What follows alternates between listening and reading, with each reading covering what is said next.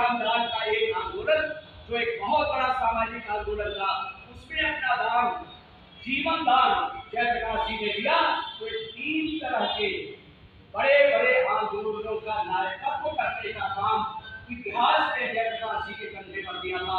दुनिया के global history में कोई ऐसा परिवर्तन का नायक नहीं है जो इनके मुकाबले पूरा जाता हो। भारत के इतिहास में, दुनिया के इतिहास में ऐसा कोई क्रांतिकारी नहीं।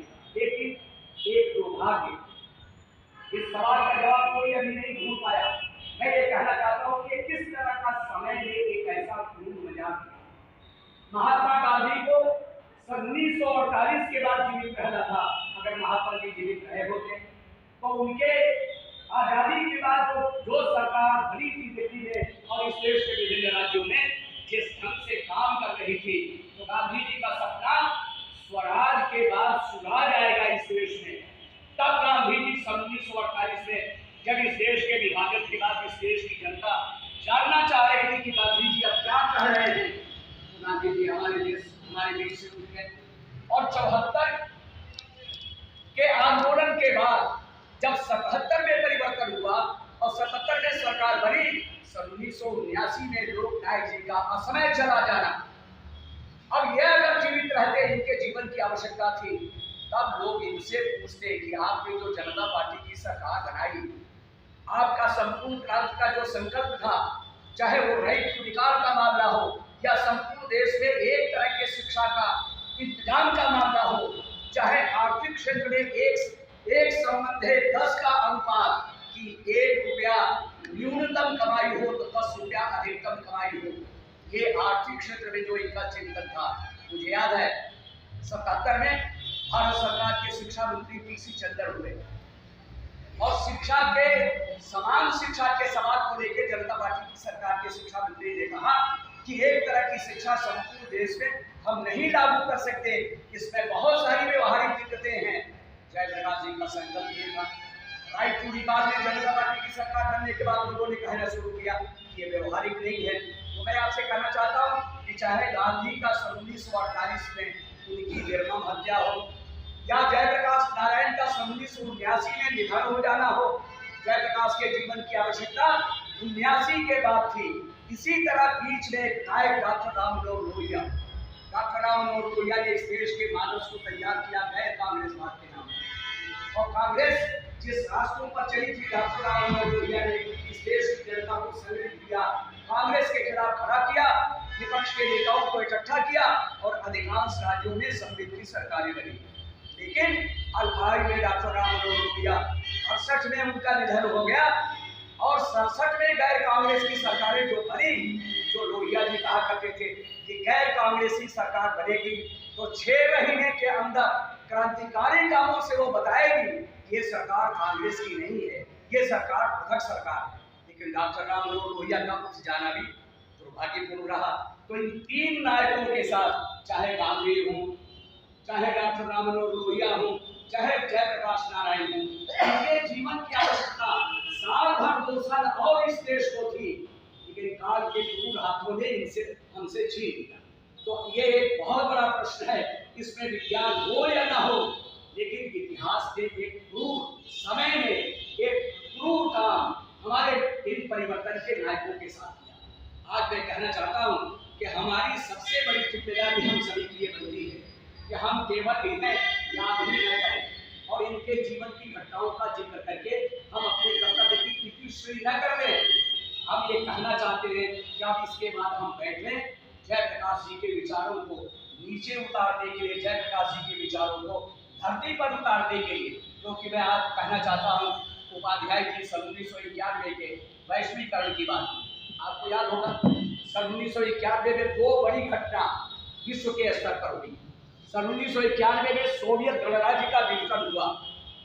रात को आप सोए, सवेरे उठे तो आपने देखा कि सोवियत गणराज्य 15 राज्यों में विघटित हो गया। अगर एक रक्त का एक कतरा बहाए, उतना बड़ा देश जो अमेरिका के समानांतर जिसका सूर्य चमक रहा था, वो देश बगैर किसी लड़ाई के विघटित हो गया और विभिन्न दर्जनों देशों में विभाजित हो गया।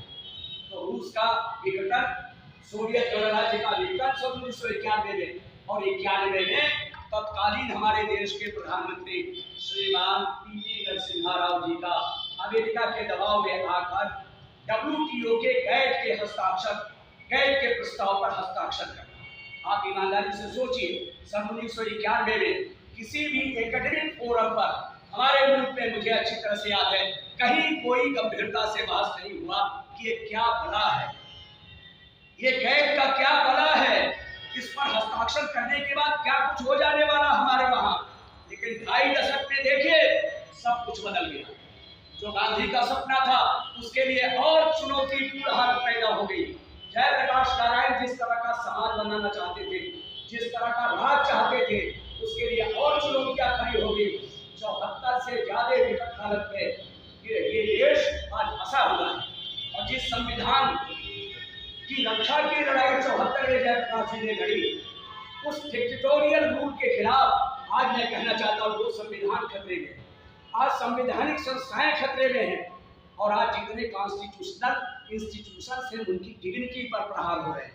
इसलिए मैं आपसे कहना चाहता हूँ, जयप्रकाश के विचार की 74 के बाद आज की तारीख में जो 2073 में हम बैठे हैं, जहाँ बेपनाह चुनाव के खर्चे बढ़ते चले जा रहे हैं।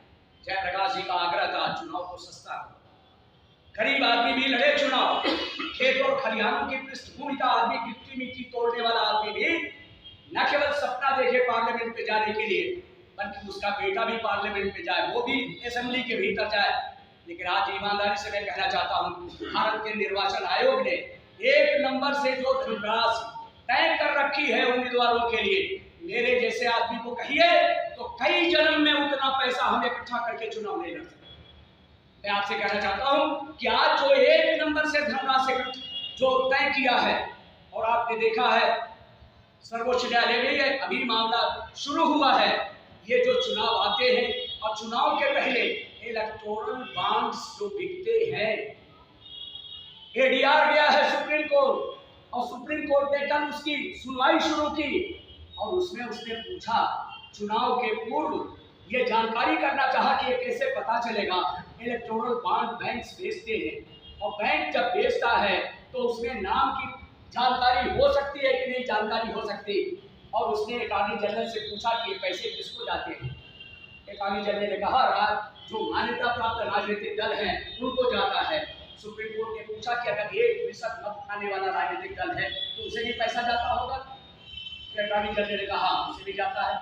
लेकिन मैं आपको कहना चाहता हूँ कि आप पता करिएगा कि जो जहां चुनाव आया, चुनाव के पूर्व इलेक्टोरल बॉन्ड बिकना शुरू होता है और तीव्र गति से बिकता है, और उसमें जो फंड्स आते हैं उसका 85% फंड केवल सत्ता दल को जा रहा है। तो आज जो बेपनाह दौलत, जो चुनाव को महंगा बनाया जा रहा है, जो कॉर्पोरेट घराने की जो आवारा पूंजी है, यह आवारा पूंजी हमारे लोकशाही के गला को दबा रही है। जयप्रकाश नारायण आज की तारीख में होते तो आज उनकी चिंता कितनी बड़ी होती है, संपूर्ण क्रांति की आवश्यकता आज की तारीख में और कितनी बड़ी हो गई। अगर इलेक्टोरल रिफॉर्म नहीं हुए तो कोई गरीब पृष्ठभूमि का आदमी संसद में जाने की बात और छोड़ दे, वो सपना भी नहीं देख सकता है कि उसका बेटा आज की तारीख में चुनाव लड़ सकता है। राजनीतिक दल जो हमारे वहां संसदीय लोकतंत्र के वाहक हैं, राजनीतिक दलों में झांक के आप देखिए, कैंडिडेचर पर विचार करते हुए वो कहते हैं कि तुम्हारे पास इतना पैसा है, कहां से खर्च करोगे। तो मैं आपसे कहना चाहता हूँ, ये जो आवारा पूंजी है, ये जो ब्लैक मनी है, ये जो बाजार की पूंजी है, ये जो मार्केट की जो पूंजी है, शक्ति है, वो आज आपके लोकतंत्र को संचालित कर। पहले दौर में चौधरी चरण सिंह सीना ठोक के दिल्ली में और देश के दूसरे हिस्सों में ये रैलियों में बोलते थे कि इस देश का किसान जिसको चाहेगा वो इस देश का प्रधानमंत्री होगा। लेकिन आज किसान की क्या औकात है? आज इस देश का कॉर्पोरेट जिसको चाहेगा वो इस देश का प्रधानमंत्री बनेगा। तो जब हम आपसे कहना चाहते हैं कि सारी चीजें जो चीजें केवल 2 चीज जो सबसे ज्यादा समाजवादी समाज की संरचना के लिए जरूरी है, वो है पढ़ाई और दवाई, वो है शिक्षा और स्वास्थ्य, जिसके लिए भारत के कॉन्स्टिट्यूशन में स्टेट को अकाउंटेबल बनाया गया। State will be accountable for education and public health. और आज क्या हालत है, चाहे एजुकेशन हो चाहे पब्लिक हेल्थ हो, ये क्या है, निजी हाथों में चला गया शिक्षा, निजी क्षेत्रों में आज जो पब्लिक हेल्थ है वो चला गया, अस्पताल आज पैसे वाले चला रहे हैं। अब आप बताइए कि इस देश में 80, 85, 90% लोगों का जीवन कैसे बचेगा, उनका बेटा गुणवत्ता वाली शिक्षा कैसे हासिल करेगा, आज जो क्वालिटी का एजुकेशन है वो गरीब आदमी को कैसे मिलेगा। तो जयप्रकाश जी का जो सपना था, उस सपना में तो बड़ी भूमिका समान शिक्षा की थी, उसमें बड़ी भूमिका स्वास्थ्य की थी कि गरीब आदमी की सेहत सुरक्षित रहे, और आज ये दोनों चीजों पर खतरा पैदा हुआ है। तो यदि आप देखें, गंभीरता से विचार करें, तो आज कॉर्पोरेट की पूंजी भारत के लोकतंत्र का अपहरण कर रही है।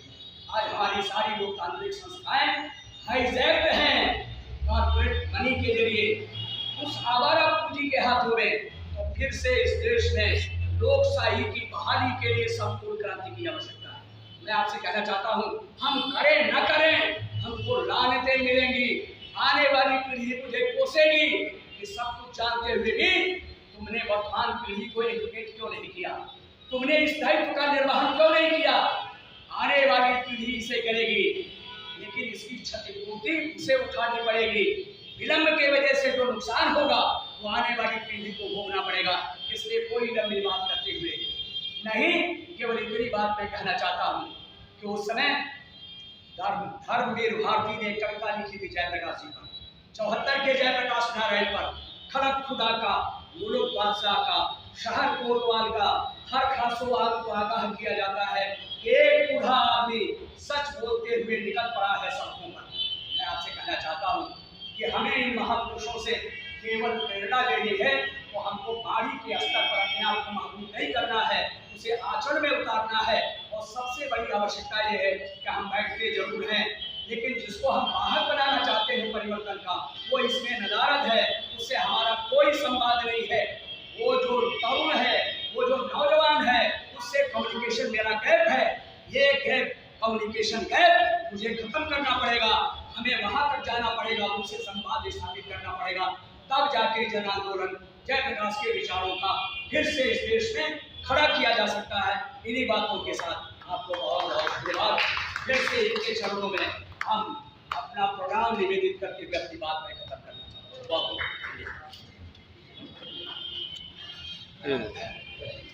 भारत रत्न लोकनायक जयप्रकाश नारायण की जयंती मनाई जा रही है। आज पूरे देश में 11 अक्टूबर 2023 को पूरा देश भारत रत्न लोकनायक जयप्रकाश नारायण की जयंती मना रहा है। 121वीं जयंती मनाई जा रही है। भारत रत्न लोकनायक जयप्रकाश नारायण एक ऐसा व्यक्तित्व जिसके बारे में कहा जाता है कि अब हमारे बीच में जो शरीर रूप से जयप्रकाश था, उससे भी ज़्यादा खतरनाक है जयप्रकाश बौराई शासन सत्ता के लिए। आज का जयप्रकाश, जो डेड जयप्रकाश जिसको कहा जाता है, वो एलिव जयप्रकाश यानी जीवित जयप्रकाश से भी ज़्यादा खतरनाक है बौराई शासन सत्ता के लिए। भारत रत्न लोकनायक जयप्रकाश नारायण की जयंती आज जिस प्रकार से देश ने मनाया है, बड़े लंबे समय के बाद ऐसा लगा कि लोकनायक जयप्रकाश नारायण की विचारधारा फिर लोगों को याद आ गई। लोग जुटने लगे हैं लोकनायक जयप्रकाश नारायण की विचारधारा से, लोग जुटने लगे हैं संपूर्ण क्रांति के लिए। आज जिस प्रकार से विभिन्न दलों ने, विभिन्न संगठनों ने अपनी दलीय निष्ठा, संगठनीय निष्ठा को तिलांजलि देते हुए इको गार्डन लखनऊ में जुटे, जिस प्रकार से उत्तर प्रदेश की राजधानी लखनऊ में लोग निकले और जयप्रकाश के सपनों को साकार करने के लिए संकल्प लिया, संपूर्ण क्रांति को साकार करने के लिए संकल्प लिया, राइट टू रिकॉल को लागू करवाने के लिए संकल्प लिया, उससे ऐसा लग रहा है कि कहीं न कहीं लोकनायक जयप्रकाश नारायण के को जिस प्रकार से एक हीरा होता है उसके ऊपर धूल पड़ जाती है, परंतु जैसे ही एक आंधी आती है, तूफान आता है, बारिश की कुछ बूंदें पड़ती हैं, वो हीरा पर से वो धूल मिट्टी हट जाती है, आंधी तूफान उसके ऊपर से धूल मिट्टी हटा देती है और बारिश की बूंदें उसको धुल देती है, और धुलने के बाद फिर लोगों को वो हीरे की चमक दिखने लगती है और वह हीरा फिर से हीरे के रूप में स्थापित हो जाता है। कुछ ऐसा ही आज भारत रत्न लोकनायक जयप्रकाश नारायण के साथ हो रहा है। उनकी 121वीं जयंती के अवसर पर 11 अक्टूबर 2023 को हजारों की तादाद में नहीं लाखों की तादाद में लोग निकल पड़े हैं लखनऊ में और लोकनायक जयप्रकाश नारायण को याद कर रहे हैं। आप सब देखते रहिए जनता खबर। खूब लाइक कीजिए, खूब कमेंट कीजिए, खूब शेयर कीजिए और जयप्रकाश के विचारों से अवगत कराइए पूरी तरीके से। आज का ये कार्यक्रम संगोष्ठी ये बहुत अच्छा कार्यक्रम रहा। जयप्रकाश जी की जयंती का पूरा ये लोग निकले हुए हैं। जयप्रकाश जी की जयंती के कार्यक्रम के अवसर पर सब लोग निकले हुए हैं। आप सब देखते रहिए जनता का धन्यवाद। ये हजरतगंज जेपी आंदोलन के तट जहाँ जयप्रकाश जी की लोग निकले हुए हैं और बहुत अच्छा कार्यक्रम चल रहा है। लोग निकल रहे हैं। ये लोकनायक जयप्रकाश नारायण की जयंती पर CBI के जयंती का कार्यक्रम लोकनायक जयप्रकाश नारायण जी की जयंती को हर्षोल्लास के साथ मनाते हुए सभी लोग बहुत बड़ा जन समर्थन जुट रहा है। आज उत्तर प्रदेश की राजधानी लखनऊ में जयप्रकाश जी की जयंती के अवसर पर लोगों में गजब का उत्साह है। जयप्रकाश के सपनों को साकार करने के लिए, संपूर्ण क्रांति को साकार करने के लिए, उनके सपनों को पूरा करने के लिए ये है लोकनायक जयप्रकाश नारायण साहब की अगुवाई। आप सब देखते रहिए जनता खबर। धन्यवाद।